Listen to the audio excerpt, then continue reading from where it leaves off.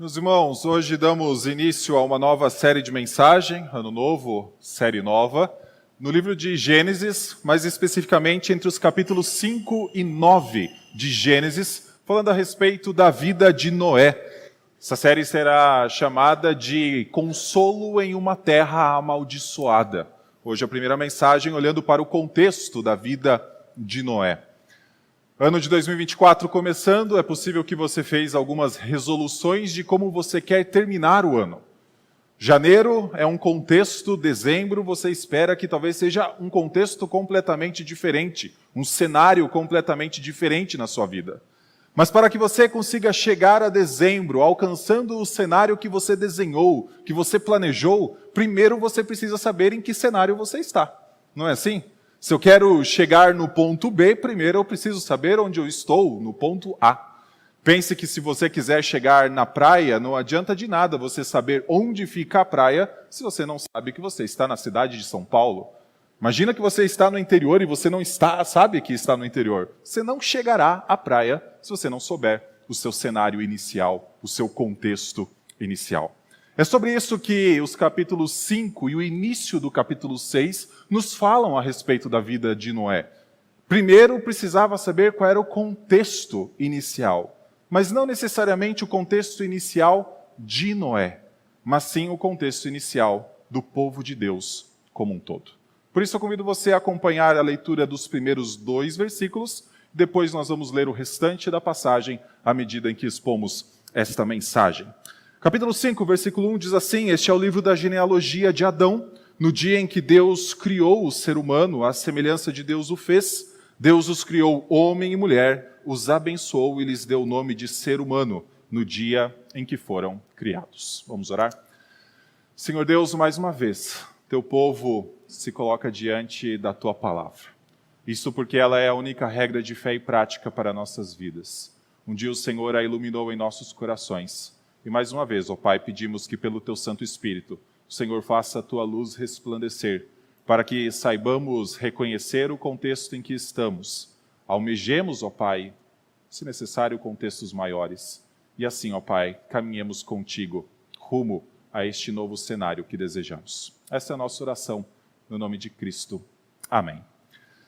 Meus irmãos, muitas vezes quando a gente lê Gênesis, nós nos deparamos com a história de grandes homens, como Adão, como Abraão, como Noé, como nós vamos ver nessa série de mensagens. E ao ler a respeito da história, ao ler a respeito da vida desses personagens, é possível que muitas vezes nos esqueçamos que sim, é a vida deles que está sendo apresentada a nós, mas essa história não foi contada para eles mesmos. A história de Abraão não foi contada para Abraão. O livro de Gênesis não foi escrito para Abraão. O livro de Gênesis não foi escrito para Noé, não foi escrito para Adão. O livro de Gênesis foi escrito para o povo de Deus que estava peregrinando do Egito para a terra de Canaã, que se encontrava no meio de um deserto, talvez já andando 40 anos no meio deste deserto, ou então no início da caminhada. Não é possível detalhar exatamente quando Gênesis foi escrito, mas provável que tenha sido um pouco mais no início. Mas foi escrito para um povo que estava indo para uma terra nova, uma terra que eles não conheciam, e tinham acabado de deixar para trás um cenário de 400 anos no Egito, boa parte desse tempo reduzidos à escravidão. O contexto passado era o contexto do Egito, o contexto presente era o de peregrinação no deserto, e o contexto futuro era chegar à terra de Canaã. Mas para alcançar este cenário futuro, primeiro precisava saber em que cenário o povo de Deus estava. Quando a gente olha para este texto, nós nos deparamos com um cenário que é não apenas do povo de Deus hebreu deixando o Egito, indo para Canaã, mas o cenário de todo o povo de Deus, que se espalhou ao longo de todos os séculos que já passaram, inclusive do povo de Deus hoje aqui reunido. E neste cenário nós podemos chegar a pelo menos 3 conclusões do que compõe este cenário. Primeiro, neste cenário, nós podemos enxergar que o ser humano foi criado para depender de Deus. É um cenário de completa dependência do Senhor. Isso está nos versículos 1 e 2. Este é o livro da genealogia de Adão. No dia em que Deus criou o ser humano, à semelhança de Deus o fez. Deus os criou homem e mulher, os abençoou e lhes deu o nome de ser humano no dia em que foram criados. Se você olhar para a segunda metade do versículo 1, você verá, no dia em que Deus criou o ser humano. No final do versículo 2, você vai ver uma frase muito semelhante, no dia em que foram criados. Então é como se existisse uma pequena moldura para algo que está no centro. E o que está no centro são 3 afirmações a respeito de como e por que foi a criação do ser humano. A primeira delas é, o ser humano foi criado, versículo 1, à semelhança de Deus. E ser criado à semelhança de Deus significa que todo ser humano, todo homem e mulher que andou na face da terra e vive inclusive hoje, depende o seu significado e sua segurança completa do Senhor. As características que são próprias da divindade, muitas delas são compartilhadas com a humanidade. O ser humano é capaz de refletir alguns atributos de Deus. É claro, o pecado distorceu vários deles. Mas quando nós nos deparamos com este texto, enxergando que no dia em que foram criados, Deus os fez à sua semelhança, significa que ninguém que vive, ninguém que é homem e mulher, não encontra o seu significado final em Deus. Todas as pessoas dependem para saber quem são e para onde vão de Deus. Não é possível viver uma vida olhando para o seu cenário atual, tentando transcender este cenário sem olhar para Deus. O máximo que vai acontecer, espiritualmente falando, é a pessoa continuar num cenário de morte, como nós vamos ver na sequência. Primeira afirmação, o ser humano foi criado à semelhança de Deus. Depois, no mesmo dia em que Deus criou o ser humano, Deus os fez homem e mulher e os abençoou. E quando essa palavra vem aqui, abençoou, é como se Moisés olhasse um pouco para trás, lá para aquele dia da criação mesmo, 6º dia, quando Deus fez o homem do pó da terra, quando fez também a mulher da costela de Adão, e naquele dia Deus os abençoou, dizendo para eles serem fecundos e multiplicarem-se. Deus está aqui sendo retratado como aquele que abençoa, para que o ser humano consiga então se multiplicar, e à medida em que se multiplica, tem filhos, tem filhas, a imagem de Deus então começa também a ser espalhada por toda a criação. Pense que o ser humano foi criado em um único lugar. Ainda não havia o Jardim do Éden. Mas a partir do momento em que Adão e Eva são expulsos, nós vimos isso na primeira mensagem do ano passado, a imagem de Deus começa a se espalhar por toda a criação de Deus. E a razão disso é porque Deus os abençoou para que se multiplicassem. Porque Deus abençoou para que tivessem filhos e filhas. E a multiplicação começa do momento em que Adão e Eva estão fora do jardim. A partir dali, eles começam a ter filhos como Abel, Caim, Sete e outros filhos e filhas que não nos são nomeados nas Escrituras. O ser humano depende de Deus, até mesmo para toda fonte de bênção da sua vida. Terceira afirmação, que tem a ver com o dia em que o ser humano foi criado e que nos mostra o quanto nós dependemos de Deus, tem a ver com essa ideia de que nesse dia o Senhor deu o nome de ser humano. O Senhor olhou para Adão e Eva, o Senhor fez Adão e Eva e o Senhor deu o nome de ser humano.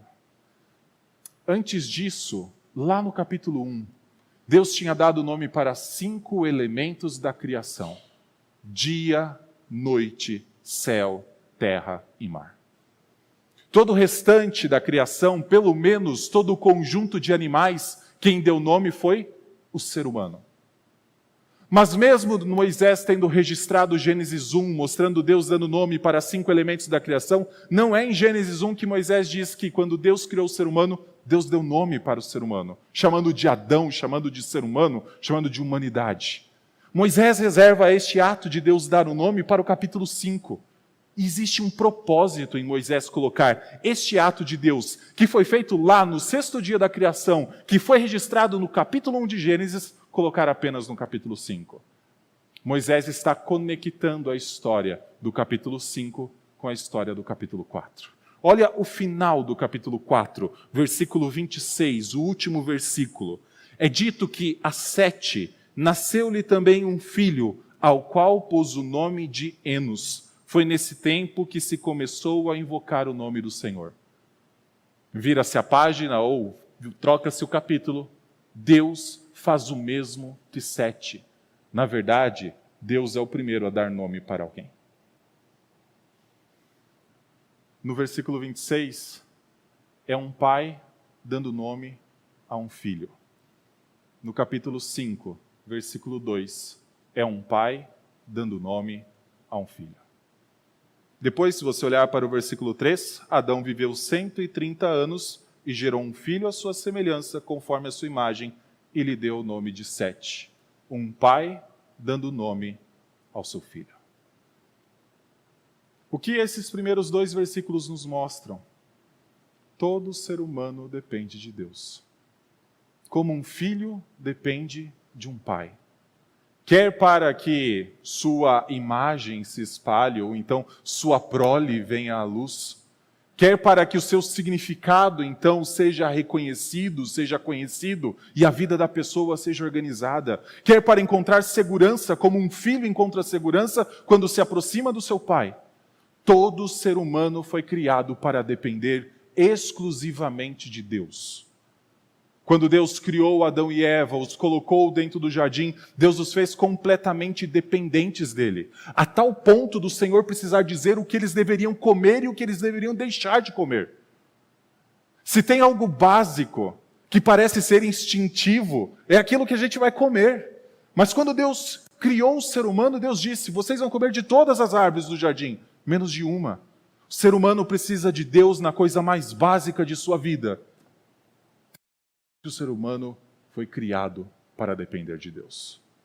Deus não nos deixou a viver de forma independente. Deus nos fez completamente dependentes dele.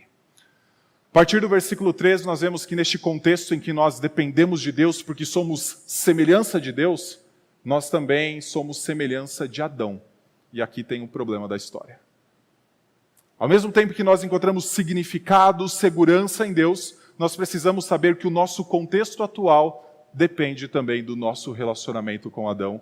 E Adão é o pai de todo ser humano, como nós sabemos à luz das Escrituras. A partir do versículo 3 até o versículo 32, nós temos uma série de indivíduos sendo apresentados, e à medida em que eles são apresentados, é dito que eles viveram uma determinada quantidade de anos, que eles tiveram um filho, e então tiveram filhos e filhas e morreram. Veja esse padrão ao longo do versículo 3 até o versículo 32. Adão viveu 130 anos e gerou um filho à sua semelhança, conforme a sua imagem, e lhe deu o nome de Sete. Depois que gerou esse filho, Adão viveu 800 anos e teve filhos e filhas. Todos os dias da vida de Adão foram 930 anos e morreu. Sete viveu 105 anos e gerou Enos. Depois que gerou Enos, Sete viveu 807 anos e teve filhos e filhas. Todos os dias de Sete foram 912 anos e morreu. Enos viveu 900 anos e gerou Cainã. Depois que gerou Cainã, Enos viveu 815 anos e teve filhos e filhas. Todos os dias de Enos foram 905 anos e morreu. Cainã viveu 70 anos e gerou Maalalel. Depois que gerou Maalalel, Cainã viveu 840 anos e teve filhos e filhas. Todos os dias de Cainã foram 910 anos e morreu. Maalalel viveu 65 anos e gerou Jared. Depois que gerou Jared, Maalalel viveu 830 anos e teve filhos e filhas. Todos os dias de Maalalel foram 895 anos e morreu. Jared viveu 162 anos e gerou Enoque. Depois que gerou Enoque, Jared viveu 800 anos e teve filhos e filhas. Todos os dias de Jared foram 962 anos e morreu. Enoque viveu 65 anos e gerou Metusalém. Enoque andou com Deus. Quebrou-se o padrão. A gente volta nisso daqui a pouco. E depois que gerou Metusalém e viveu 300 anos e teve filhos e filhas, todos os dias de Enoque foram 365 anos. Enoque andou com Deus e não foi mais visto, porque Deus o levou para junto de si. Metusalém viveu 187 anos e gerou Lameque. Depois que gerou Lameque, Metusalém viveu 782 anos e teve filhos e filhas. Todos os dias de Metusalém foram 969 anos e morreu. Lameque viveu 182 anos e gerou um filho. Deu-lhe o nome de Noé, dizendo: Este nos consolará dos nossos trabalhos e das fadigas de nossas mãos nessa terra que o Senhor a amaldiçoou. Quebrou o padrão novamente Voltamos daqui a pouco para este trecho. Depois que gerou Noé, Lameque viveu 595 anos e teve filhos e filhas. Todos os dias de Lameque foram 777 anos e morreu. Noé tinha 500 anos de idade e gerou Sem, Cã e Jafé. Às vezes a gente se depara com genealogias ao longo das Escrituras e a gente tende a pular elas, né? Afinal, tem um padrão, as coisas se repetem, um monte de nome que a gente nunca vai memorizar. Pessoas que viveram em épocas parecem tão distantes. As genealogias são extremamente importantes nas Escrituras, meus irmãos. Essa aqui tem pelo menos duas importâncias. A primeira delas é histórica, mostrando que Jesus, que lá em Lucas capítulo 3, seria vinculado como um dos filhos de Adão, ele é histórico, ele viveu entre nós. Assim como Adão, temos um registro da genealogia de Jesus que vem lá do início. Isso é uma importância. A segunda importância que essa genealogia tem é nos mostrar que nós somos filhos de Adão. E por sermos filhos de Adão, nós somos a semelhança de Adão. Mas a diferença de sermos a semelhança de um Adão ainda dentro do jardim, antes de comer da árvore do conhecimento do bem e do mal, nós somos a semelhança de um Adão fora do jardim. Tendo se rebelado contra o Senhor, tendo sido restaurado pelo Senhor, mas expulso do jardim. E como pessoas que, neste contexto que precisamos entender que vivemos e que o povo de Israel que estava arrumando para a terra de Canaã precisava entender, uma vez que somos semelhança de Adão, carregamos efeitos e aspectos caídos de Adão em nossas vidas. Sim, fomos criados para depender exclusivamente de Deus. Mas em nós há um anseio por rebelião, há um anseio por independência, há um anseio por autonomia. E a razão disso é que somos a semelhança de Adão. Isso está no versículo 3, quando Adão tem o seu filho, Sete. Talvez Sete não tenha sido o terceiro, pode ter sido outro. Sete é nomeado aqui como aquele que carrega a promessa de Deus a respeito do descendente. É dito que Sete foi gerado à semelhança de Adão. E isso deixa implícito que quando vem o próximo da lista, ele é a semelhança do seu pai. E o próximo filho é a semelhança do seu pai. E todos no final são a semelhança de Adão. E a semelhança de Adão carregamos então os efeitos do pecado conosco. O pecado original faz parte da vida de todo ser humano. Todos vivem num contexto em que o pecado é uma realidade. E todos deveriam estar conscientes de que precisam lidar com o pecado no contexto e no cenário de sua vida. O grande problema é que, como Adão, antes de ser restaurado, nós muitas vezes negamos a realidade desse cenário. Preferimos esconder nossa realidade, esconder nossa podridão, esconder os nossos erros, ou então apontar para o outro e dizer: o culpado é ela, o culpado é a mulher que o Senhor me deu, o culpado é outra pessoa, e nós não lidamos adequadamente com o pecado. Escondemos ele debaixo do tapete. E o pecado se torna para nós muitas vezes um segredo. Há um momento nas Escrituras que eu acho fantástico, quando Paulo diz que a palavra de Deus é como uma espada de dois gumes, capaz de dividir alma e espírito, juntas e medulas, e capaz de trazer à luz os segredos do coração. Que segredo que está oculto, que precisa ser revelado? O maior segredo de todo ser humano, e que é um segredo para ele mesmo, é que ele é um pecador. E só a palavra de Deus é capaz de trazer esse segredo à luz. Só a palavra de Deus é capaz de trazer à luz aquilo que é segredo para a vida de qualquer pessoa, que é semelhança de Adão. Um dos efeitos de sermos semelhança de Adão, uma vez que Adão se rebelou contra Deus, comeu da árvore que o Senhor disse que ele morreria, é justamente a morte. Por isso nós encontramos ao longo da maioria da vida desses personagens a informação final de que morreu. E é o cenário que está diante de nós. Todos nós, a não ser que Jesus Cristo volte antes, morreremos. Porque somos a semelhança de Adão. A semelhança de Adão, o ser humano também tem a capacidade de, então, estender a sua prole, ter filhos e filhas. Isso se repete também muito. Mas o cenário principal destacado aqui é o cenário da morte. todos nós, uma vez que fomos representados por Adão dentro daquele jardim do Éden, temos sobre nós, inicialmente em nossa vida, a maldição da morte. Não há filho de Adão que não paire sobre sua cabeça a ameaça da morte. Isso porque o versículo 3 nos mostra que somos semelhança de Adão. Uma vez que nós somos semelhança de Adão, neste contexto que nós vivemos, nós não podemos esquecer, e o povo de Israel, que estava recebendo o livro de Gênesis pelas mãos de Moisés, nunca poderia esquecer que também tem as mesmas inclinações de Adão. O coração de todo ser humano possui as mesmas inclinações de Adão. Capítulo 6, versículos 1 a 4, nos mostram isso. Quando as pessoas começaram a se multiplicar sobre a face da terra e tiveram filhas, os filhos de Deus viram que as filhas dos homens eram bonitas e tomaram para si mulheres, aquelas que entre todas mais lhes agradaram. Então o Senhor disse: o meu espírito não agirá para sempre no ser humano, pois este é carnal e os seus dias serão 120 anos. Naquele tempo havia gigantes na terra, e também depois, quando os filhos de Deus possuíram as filhas dos homens, as quais lhe deram filhos. Estes foram valentes, homens de renome na antiguidade. Nós estamos diante de 4 versículos que talvez podem ser listados entre os versículos mais difíceis das Escrituras, ou pelo menos os versículos mais disputados quanto ao significado deles dentro da Bíblia.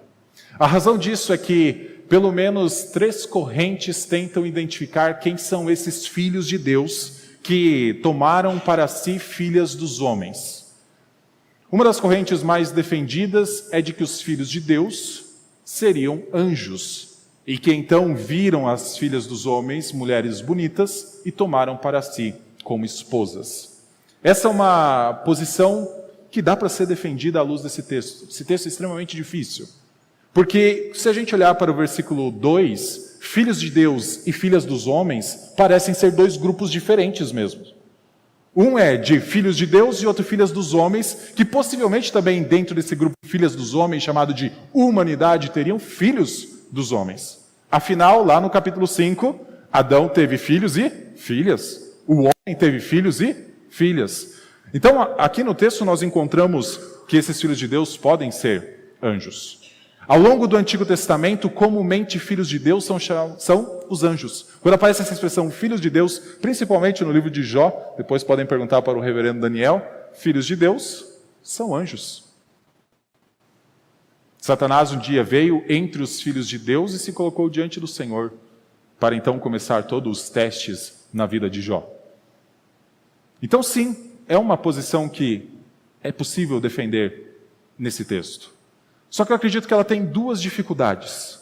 A primeira delas tem a ver com o castigo que o Senhor impõe sobre um grupo. Olha o versículo 3. O meu espírito não agirá para sempre no ser humano, pois este é carnal, os seus dias serão 120 anos. Depois, se você for para o versículo 5, que é da nossa próxima mensagem, o Senhor viu que a maldade das pessoas havia se multiplicado sobre a terra. Então o agente do mal que está sendo punido por Deus são os homens ainda. O ser humano, as pessoas, aqui o ser humano é carnal, o ser humano que é movido então ao pecado. Não os filhos de Deus como anjos. Eu acho que essa é uma dificuldade para a posição de anjos. Segunda dificuldade que nós temos aqui tem a ver com o versículo 4. Diz que naquele tempo havia gigantes na terra, e também depois, quando os filhos de Deus possuíram as filhas dos homens, as quais lhe deram filhos. Da relação entre os filhos de Deus e as filhas dos homens, surgiram aqui descritos gigantes ou pessoas caídas. O termo é bastante difícil de tradução, mas a ideia de gigantes talvez seja mais próxima. Mas é dito que antes desses relacionamentos já haviam gigantes. E depois que o dilúvio destrói a maioria da humanidade, só sai Noé e a sua família da arca, passa-se os 400 anos de história de Israel no Egito, Israel está entrando na terra de Canaã, é dito lá que tem gigantes. E é o mesmo grupo, a mesma palavra, pelo menos, que define. Então, antes desses relacionamentos, depois desses relacionamentos, tinha gigantes. Então acho que é difícil a gente pensar em anjos se relacionando com mulheres. Mas é uma posição muito defendida por reformados também. Segunda posição, que também traz um pouco de luz, mas tem algumas dificuldades, é pensar simplesmente que os filhos de Deus aqui são da linhagem de Sete. Se você olhar para o capítulo 4, você encontrará a partir do versículo 18 a linhagem de Caim. E essa é uma linhagem marcada pela violência, marcada pelo mal. À medida em que as pessoas vão surgindo, parece que o mal vai aumentando, até chegar um Lameque, que não é o Lameque do capítulo 5, que então diz que matou uma pessoa simplesmente porque o pisou e outro porque o insultou, que tomou para si 2 esposas. Então há uma multiplicação de maldade na linhagem de Caim. E a gente encontrou na linhagem de Adão, na linhagem de Sete, descrita no capítulo 5, pessoas que andaram com Deus. Enoque, depois a gente vai ver que Noé também andou com Deus. Então, alguns vão entender que essas duas descendências, filhos de Deus sendo a descendência de Sete, linhagem de Adão, descrita no capítulo 5, olhou para a descendência de Caim, encontrou mulheres bonitas e então tomaram para si esposas. Qual é a grande dificuldade? Filhos de Deus e filhas dos homens parecem ser grupos distintos ainda. Não parece ser humanidade, pelo menos no contexto de todos são iguais nos 2 grupos. Parece ter algo diferente, algo que destaca os filhos de Deus do restante da humanidade. Uma terceira posição vai entender que esses filhos de Deus eram homens poderosos daquela época. Homens que possivelmente possuíam posições como de reis, de governantes, e que então tinham poder para fazer aquilo que queriam.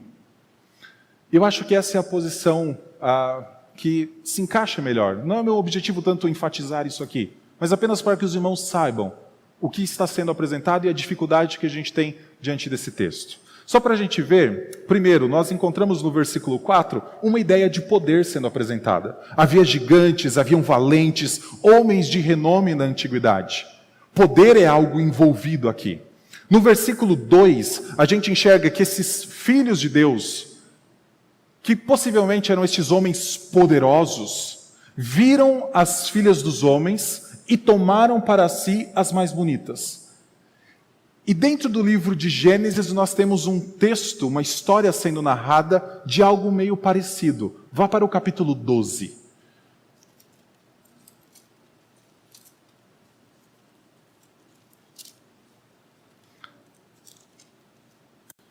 A partir do versículo 14. História de Abraão, Sara. Os irmãos possivelmente conhecem Abraão muitas vezes dizendo que Sara era sua irmã, para não ter problemas com os povos da terra.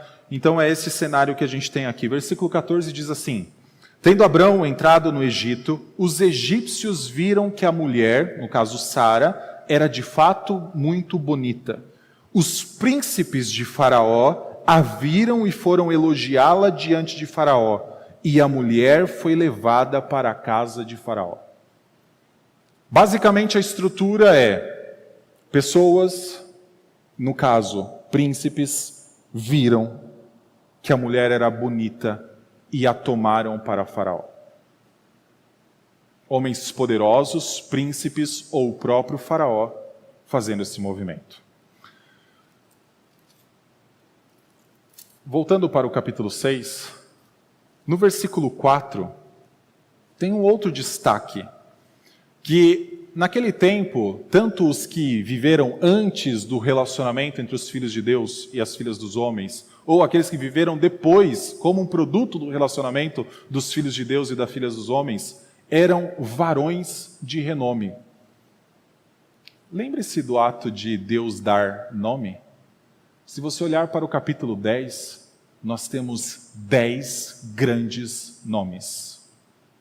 Capítulo 5, você vai ver 10 grandes nomes. Adão, Sete, Enos, Metusalém, Enoque, Lameque, Noé.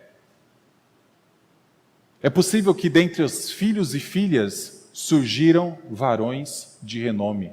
Pessoas que ocuparam posições de reis, pessoas que governaram aquela região. E então olharam para as filhas dos homens, que não precisariam ser necessariamente de uma realeza, que não precisariam necessariamente ser, então, de uma dinastia, e tomaram para si simplesmente porque viram que eram bonitas. E aqui eu trago o que eu quero mesmo enfatizar. Se aqui for anjos, se aqui for linhagem de Sete, ou se forem esses homens poderosos, o que nós enxergamos é o que move qualquer um desses três grupos. Anjos, no caso, são anjos caídos, demônios. É algo que moveu um dia Adão e Eva. Olha o versículo 2 de novo. Os filhos de Deus viram que as filhas dos homens eram bonitas e tomaram para si mulheres, aquela que entre todas mais lhes agradaram. Os filhos de Deus viram mulheres bonitas, tomaram para si. Essa é a estrutura. A palavra bonita no hebraico é uma palavra que tem também a ideia de boa, de bom. Os filhos de Deus viram mulheres boas, tomaram para si. Vá para o capítulo 3, versículo 5.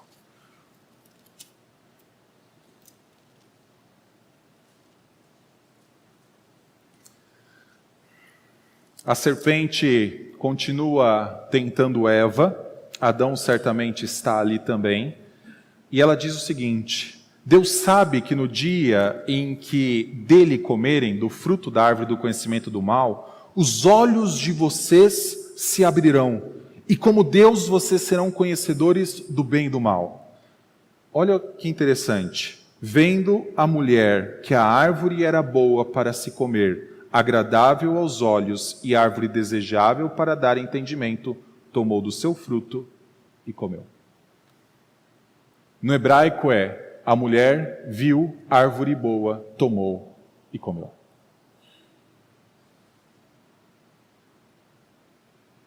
Os pecados que são cometidos fora do jardim, e esses pecados foram cometidos inicialmente por Adão, depois Sete também teve seus pecados, Caim teve seus pecados, Abraão teve os seus, o povo de Israel peregrinando no deserto teve os seus, nós temos os nossos. Eles não se diferem em natureza, em nada do pecado que Adão cometeu dentro do jardim. O mesmo motivo está por trás. Olhar para algo, cobiçar essa coisa, achando que essa coisa trará mais poder. A serpente tentou Eva dizendo: no dia em que vocês comerem desse fruto, vocês serão como Deus. Criaturas olharam para um fruto, viram que era bom, comeram pensando que se tornariam como Deus. Em Gênesis 6, filhos de Deus, quer sejam anjos, quer sejam a linhagem de Sete piedosa, quer sejam homens poderosos daquela época, olharam para as mulheres, transgrediram a vontade de Deus, em busca de poder também. Por trás está a cobiça. É por isso que Tiago escreve dizendo que lá na luz do pecado, o que está antes do pecado é a cobiça. A cobiça é que dá luz ao pecado. Meus irmãos, nós precisamos entender que em nosso cenário, em nosso contexto, sim, nós dependemos de Deus e fomos criados para isso, mas nós ainda somos a semelhança de Adão. E como semelhantes a Adão, ainda há uma força nos levando ao pecado. Todo ser humano, todo filho de Adão vive neste contexto. Mas calma, há esperança de que o cenário não precisa continuar sendo esse, de que o cenário pode ser diferente. E eu acho que essa esperança está registrada na vida de Enoque, como a gente encontra lá no capítulo 5, versículo 21. Quando a gente olha para o capítulo 5, geralmente a gente enxerga que tem um homem que não morreu. Esse homem é Enoque. Mas o capítulo 5, que narrou a morte de pelo menos 10 homens, que falou a respeito de pelo menos 10 homens, só narrou 8 mortes. Não narrou 9. Narrou nesse ponto 8. Enoque, e você não viu Noé morrendo ainda. Isso é reservado lá para o capítulo 9. Por quê? Porque do capítulo 6 em diante, Gênesis vai mostrar como Noé andou com Deus.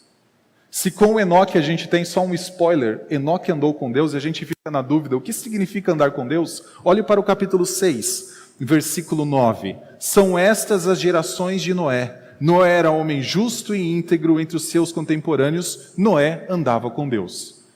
Então o que significa andar com Deus nós vamos ver nas outras mensagens. Mas por hora eu quero dizer o seguinte: para mudar um cenário de morte, para abandonarmos esse cenário em que o que nos move é cobiça, e o que nos move é uma ânsia por poder, ou mudar o cenário que nós vivemos pela nossa própria força, nós precisamos andar com Deus.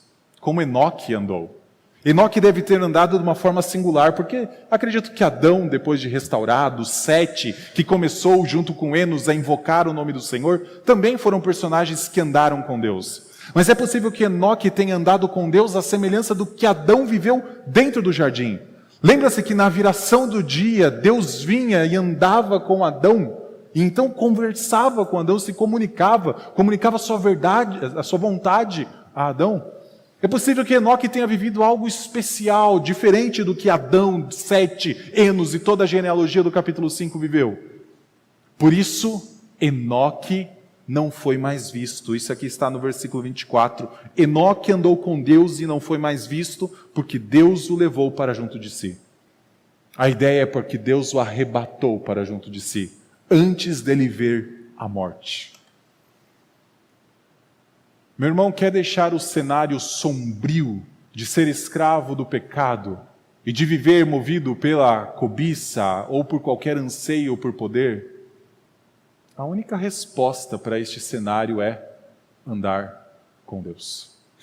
Não existe resposta diferente. Não existe nada que você possa fazer ao longo de 2024 diferente de andar com Deus para mudar o seu cenário espiritual, se você acha que ele precisa de mudança hoje. E se você entende que ele não precisa de mudança, eu espero que você entenda que você está andando com Deus. Porque isso não precisa mudar na sua vida. Quer mudar ao longo de 2024? Ande com Deus. Não quer dizer que você não vai enfrentar uma morte física lá na frente. É possível, esse cenário está diante de todos nós. Mas espiritualmente é certo que você não irá morrer. Morte eterna não alcançará nenhum de nós que andarmos com Deus. Eu olho para este texto e eu falei que tem 8 pessoas que a morte não é narrada, deixou-se uma mais para frente, e a gente enxerga o outro padrão que foi rompido no capítulo 5, no versículo 28. Lameque viveu 182 anos e gerou um filho, e deu-lhe o nome de Noé. Olha que interessante. Sete deu o nome para o seu filho. Deus deu o nome para Adão. Adão deu o nome para Sete. Depois você pode ler toda a genealogia, os outros não dão nome. Apenas diz, gerou tal pessoa. Não diz, e deu nome para tal pessoa. Mas Moisés quer destacar que Lameque deu nome para Noé. E a razão de Lameque querer dar um nome para Noé é que Lameque tinha uma esperança de que o cenário atual poderia ser mudado. E essa esperança está nas seguintes palavras. 29, este nos consolará dos nossos trabalhos e das fadigas de nossas mãos nessa terra que o Senhor a amaldiçoou. É por causa desse versículo que eu chamei toda a série de consolo em uma terra amaldiçoada. E essa expectativa, essas palavras de Lameque com respeito ao seu filho que nasceu, basicamente nos mostram o seguinte: o cenário que a gente vê pode não mudar, mas o cenário que a gente não vê pode mudar. Lameque olhou para o seguinte: nós estamos numa terra que o Senhor amaldiçoou. Gênesis 3, versículo 17, Adão, por tua causa maldita é a terra. Deus amaldiçoou a terra. A terra estava amaldiçoada nos dias de Noé. A terra está amaldiçoada nos nossos dias. É por isso que Pedro, lá na segunda carta, capítulo 3, diz que essa terra está sendo entesourada para fogo. Tudo aquilo que foi amaldiçoado por Deus não tem volta, precisa passar ou pela condenação ou pela destruição. A terra vai dar lugar a novos céus e nova terra. Essa terra vai ser substituída por novos céus e nova terra. Mas este é o cenário que a gente vê. É o cenário das nossas lutas diárias. É o cenário de irmos para uma terra amaldiçoada e precisarmos, então, no meio de nosso trabalho, ele não ser desenvolvido apenas com a nossa força física, mas também enfrentar dificuldades com pessoas que muitas vezes atentam contra ele. Ou então enfrentar nossas próprias limitações, ou então enfrentar coisas que são colocadas no meio do caminho. Essa terra amaldiçoada é uma terra onde as pessoas ainda dizem: a culpa é dele e não minha. E isso vai continuar até o último dia. Mas este cenário pode mudar. E para que este cenário mude, precisa existir alguém que nos console. Precisa existir alguém que numa terra de fadigas, numa terra com pecados, numa terra em que as pessoas estão debaixo de uma escravidão, exista alguém que nos console. Quando Noé nasceu, Lameque olhou para o seu filho e falou: é este que vai nos consolar. É este que vai nos consolar nessa terra amaldiçoada. É este que vai aliviar as nossas cargas. Lameque enxergou isso no seu filho. E se a gente olhar depois, a gente vai ver isso ao longo dos capítulos 6, 7, 8 e 9. Parece que era Noé. Deus falava: Noé construiu uma arca. Noé estava pronto para construir uma arca. Deus dizia: Noé, entre com a sua família na arca. Noé entrava na arca. Um dia choveu, a água baixou, depois de muito tempo. Passaram-se 2 meses de não ter mais água sobre a face da terra. Onde estava Noé? Ainda dentro da arca. Por quê? Porque Noé só movia sua vida quando Deus dizia: Noé, saia da arca. Parece que Noé é a pessoa que vai consolar todo o povo de Deus da fadiga de seus trabalhos.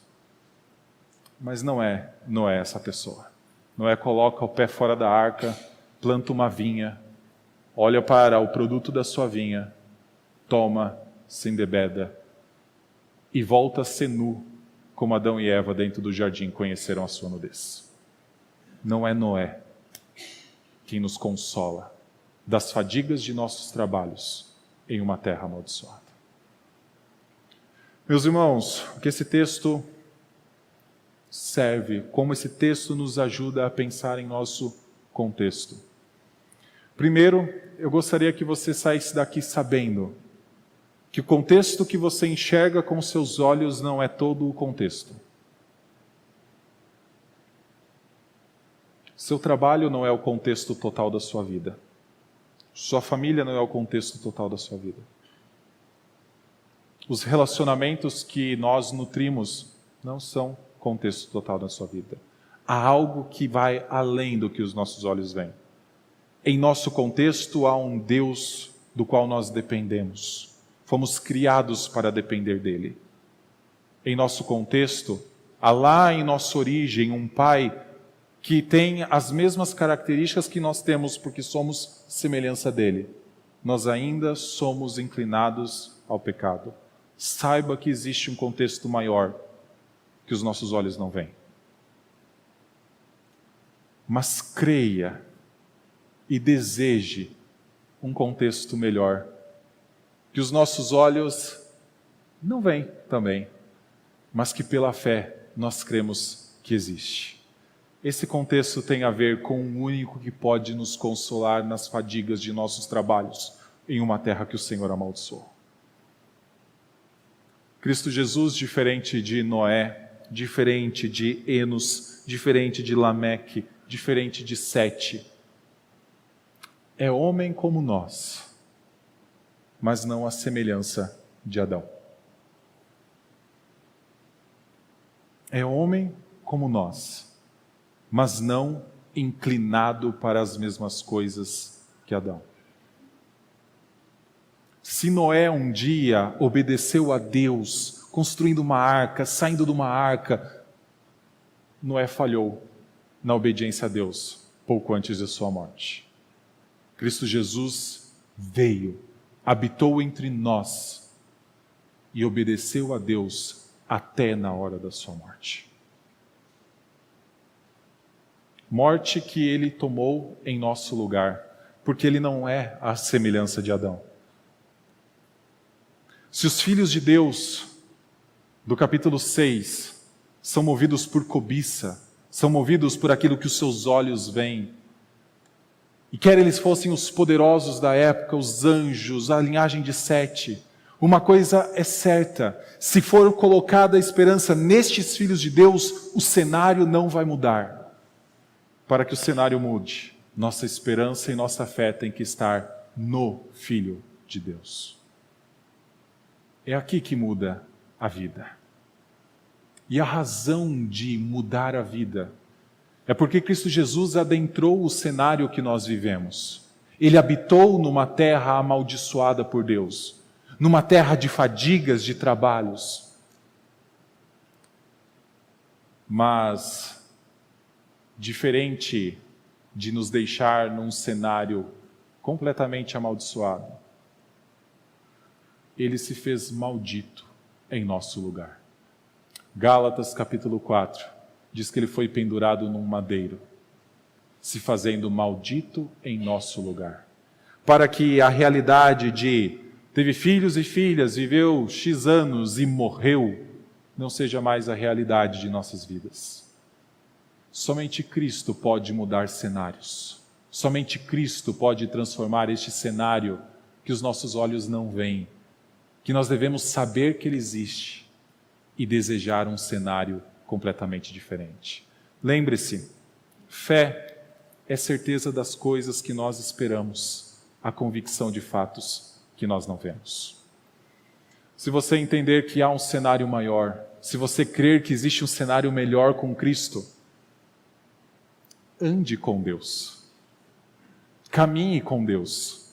É a única coisa que você tem que fazer em 2024 para experimentar mais e mais de um cenário melhor.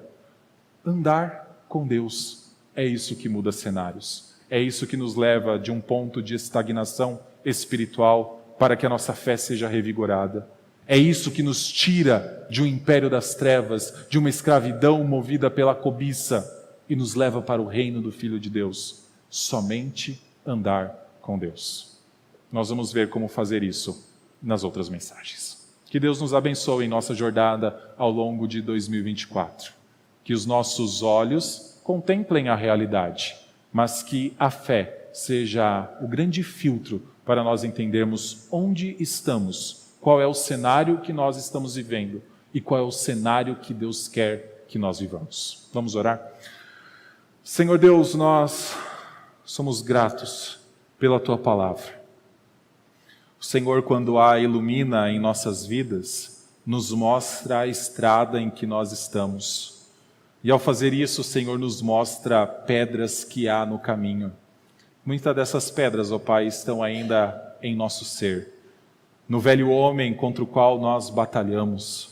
Nos velhos desejos que ainda lutam para subir à superfície de nosso coração.